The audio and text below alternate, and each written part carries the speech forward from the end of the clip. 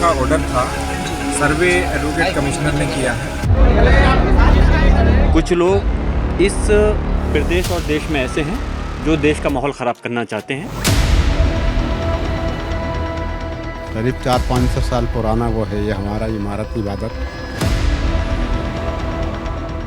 एक बार हो गया तो दोबारा आने का क्या है? ये तो माहौल ख़राब करने की कोशिश चल रही है ना। ये संभल में जो हरिहर मंदिर है, हम सारे लोग जानते हैं कि हमारी आस्था का केंद्र है। कोई अगर ये कहे कि मंदिर है ये वो है तो उसकी गलतफहमी है, उसके अंदर ज्ञान कम है। वो पहले पढ़ गया किसी आश्रम से, सही वाले।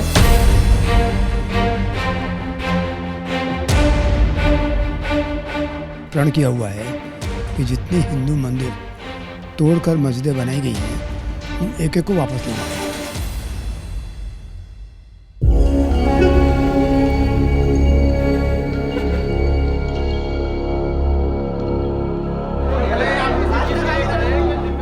क्या संभल की शाही जामा मस्जिद मंदिर तोड़कर बनाई गई थी? क्या इस मस्जिद के नीचे और ऊपर मंदिर के अवशेष हैं? ये ऐतिहासिक जामा मस्जिद है और ये कोई अब की नहीं है, ये कई सौ साल पुरानी मस्जिद है। 1529 में बाबर ने इस जगह को, मंदिर को तोड़ के यहाँ पे तथाकथित मस्जिद के रूप में कन्वर्ट करने की कोशिश की थी और आज उसी के लिए यहाँ पे दावा पेश किया गया है। दोनों पक्ष के अपने दावे हैं, अपना इतिहास और अपने दस्तावेज हैं, और उसी के आधार पर मुस्लिम पक्ष अपनी बात रख रहा है तो हिंदू पक्ष भी सर्वे कराकर सच सामने लाने की कोशिश में जुटा है। दोनों पक्षों का सच क्या है उसे जानने से पहले एडवोकेट सर्वे के बाद वहां की ताजा स्थिति को समझना जरूरी है। संभल की शाही जामा मस्जिद के ये अंदर की तस्वीरें हैं और बाहर पुलिस फोर्स तैनात है। 19 नवंबर की रात में यहां सर्वे करने एडवोकेट कमिश्नर की टीम आई थी। करीब 2 घंटे के सर्वे के बाद अधिकारी लौट गए, लेकिन रात तक वहां बड़ी संख्या में लोग जुटे रहे। पूरी शाही जामा मस्जिद संभल का उन्होंने सर्वे किया है और हमने उसमें उनका सहयोग किया है। हम भी साथ थे, ऐसा नहीं था कि हम लोग नहीं थे, लेकिन सर्वे में कोई ऐसी आपत्तिजनक कोई चीज़ नहीं पाई गई है जिससे कोई संदेह इस तरह का हो। यही माना जाएगा कि ये असलियत में जामा मस्जिद ही है।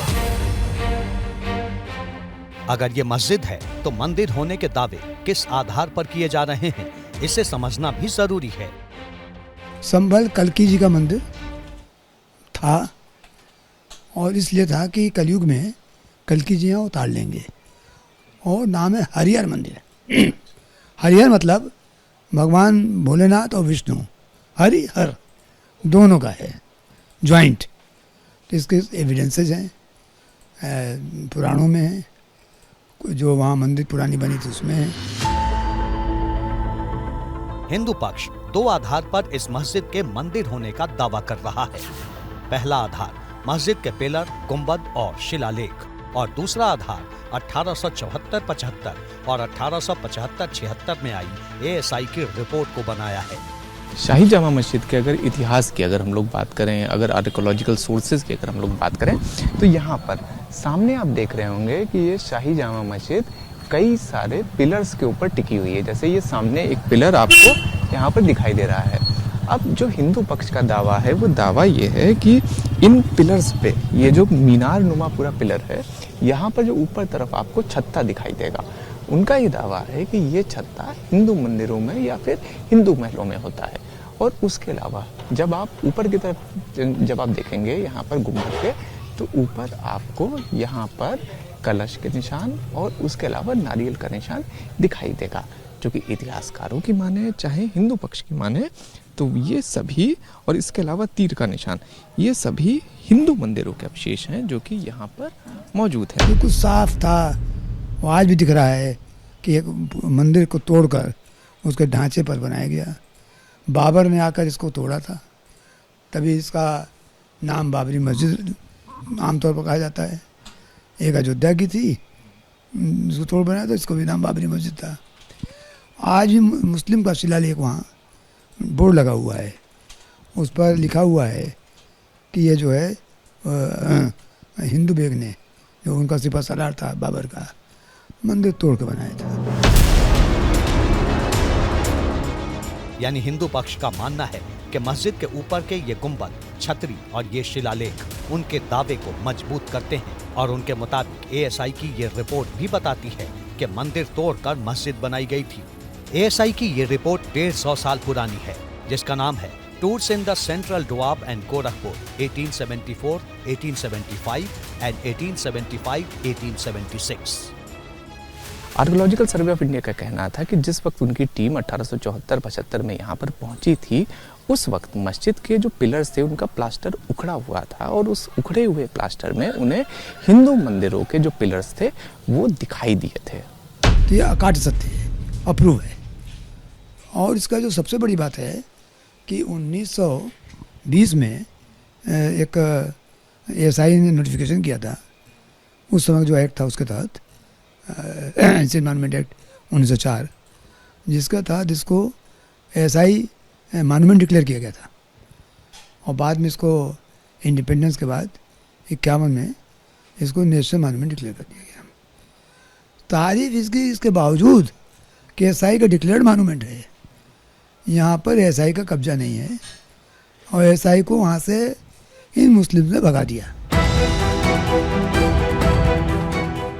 दावा किया जाता है कि इन सभी गुंबदों को राजा पृथ्वीराज चौहान ने बनवाया था।